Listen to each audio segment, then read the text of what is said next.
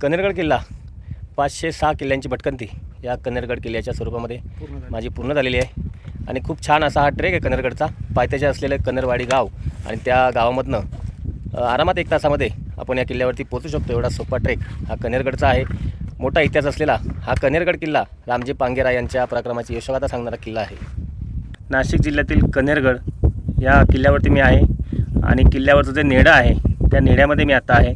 अनेक किल्ल्यांवरती आपल्याला नेडे बघायला भेटतील, त्यापैकी कनेरगड म्हणजे या किल्ल्यावर देखील एक असं नैसर्गिक नेडं आहे. आणि नाशिक जिल्ह्यातील हा कनेरगड किल्ला म्हणजे रामजी पांगेरा यांच्या पराक्रमाची यशोगाथा सांगणारा हा किल्ला आहे. मोगली सैन्यांच्या 30,000 सैन्यांच्या विरुद्ध 700 मावळ्यांसह लढणारे रामजी पांगेरा हा या किल्ल्याचा किल्लेदार होता आणि खूप शौर्याने त्यांनी मोगली सैन्याला नामोहरम केलं.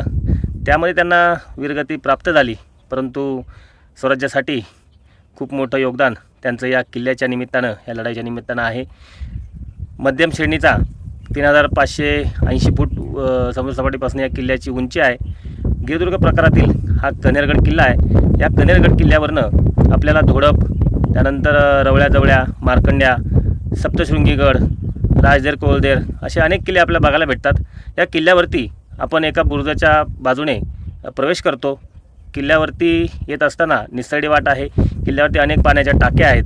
माथ्यावरती महादेवाचं मंदिर आहे. मंदिराच्या बाजूला वाड्याचे अवशेष आहेत. एक गुफा आहे, तिथे मुक्काम करू शकतो. अनेक टाक्यांमध्ये पाणी आहे, अनेक टाक्या कोरड्या आहेत. असं या किल्ल्यावरती पाण्यासारखे अवशेष आहेत आणि कातळामध्ये खोदून काढलेल्या पायऱ्या. आपण या कनेरगड किल्ल्याची जर भटकंती केली असेल तर कमेंटमध्ये नक्की सांगा. जय हिंद, जय महाराष्ट्र, जय शिवराय.